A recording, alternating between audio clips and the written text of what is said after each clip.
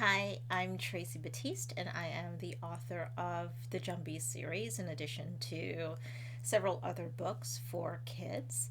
I was asked to read a little bit from one of the books in the series. So, first, let me introduce you to the series. The first book in the series is The Jumbies, where we meet creatures like the Lagahu and Dwen and a couple of other um, creatures from our mythology.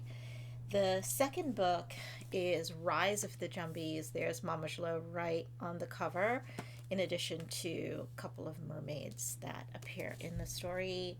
And the third book in the series is The Jumpy God's Revenge, where we then meet an indigenous god, the god Huracan, who brings hurricanes.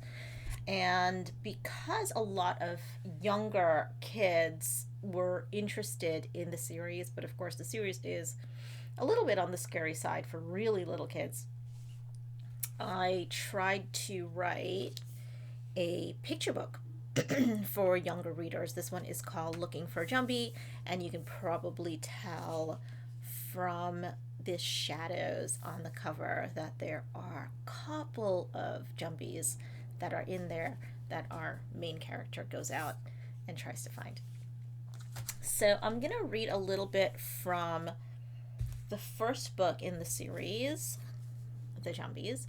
I'm going to read just a little bit from the very first chapter, which is called The Forest. Corinne Lemaire's heart beat like wild drums as she ran through the forest. Her bare feet stumbled over the dead leaves and protruding roots of the forest floor. She strained her eyes in the dappled sunlight to keep track of the small, furry agouti that scampered away from her. Occasionally, light glinted off the smooth rock tied to the animal's hind leg. It called to Corinne like a beacon. When she got close enough, she pounced on the guti and missed, grabbing only a handful of dirt. Corinne grunted and threw the dirt aside. The animal ran beneath a bush, and Corinne squeezed down to the damp earth to crawl after it. Her skirt got caught in branches, but she ripped it away, determined to reach the animal. On the other side, the creature cowered against a rock and the roots of a large tree. In her 11 years of life, Corinne had learned that with nowhere to run, a wild animal might try to attack.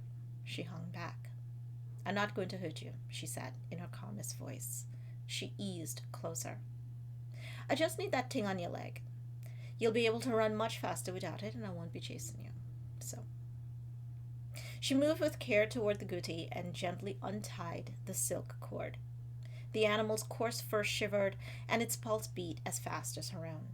Corinne closed her fist firmly around the stone pendant and crawled back out of the bush. She rubbed the stone with her thumb. Over years of constant handling, she had worn a smooth groove that fit her finger perfectly. The pendant had been her mama's, and when she put her thumb into the little hollow, she imagined her mama's hand around her own. Corinne breathed a sigh of relief now that it was back in her possession, but her relief did not last long. She didn't know this part of the forest, and it was darker here. The branches of the mahogany trees were so thick that barely any light came through. It even smelled different, of wood and wet earth, while Corinne was used to the smell of the sea. She had no idea which way was out. Somewhere between the leaves, Corinne thought she saw a pair of lights shining. They were close together, like eyes. Her skin prickled, but then the lights disappeared, and Corinne tried to shake off her fear. The little bit of light must have been reflecting on something. "Don't be silly," she scolded herself. "I'm going to kill those boys," she muttered into the heavy air. A pair of yellow-bellied birds alighted on a branch overhead and called out, "Kiskadi, kiskadi."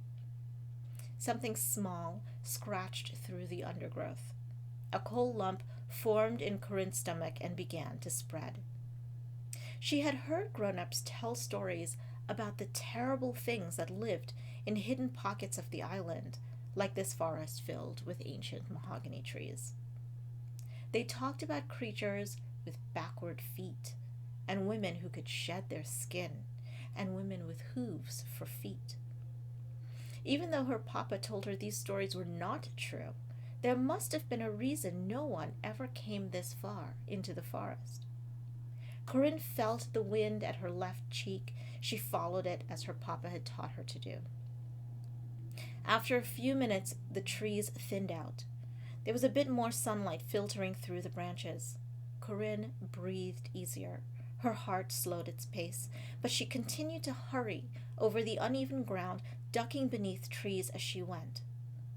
Then behind her, the bushes rustled.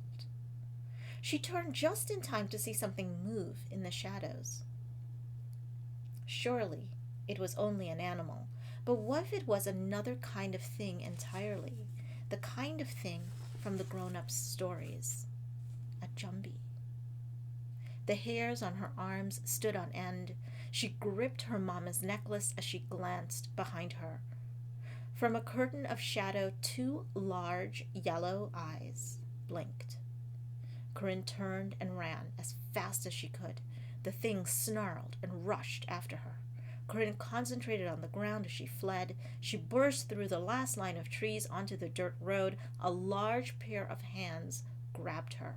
Corinne squeezed her eyes shut. So that is some of chapter 1 of the Jumbies. And I thought, as an extra bonus, I would read just a little bit of Looking for a Jumbie. And so here we go. I'm going to show you the pictures as we go. Here's the opening spread with our protagonist, Naya. And there's her mom, little chickens. "Come to bed now, Naya," Mama said. "It's getting dark." "I'm not scared," Naya said. "Of what?" "Jumbies." "Oh no," her mama said, laughing. "But they come out at night when the moon is bright to find little ones like you." "This moon is perfect for finding jumbies," Naya said. "This moon is perfect for sleeping, and jumbies are only in stories," Mama said. "For true?" Naya said. "For true," said Mama.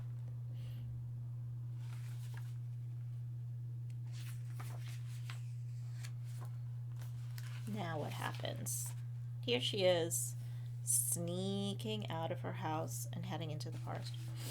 "I'm looking for a jumbie. I'm going to find a scary one." "No such things," whispered a voice from the leaves.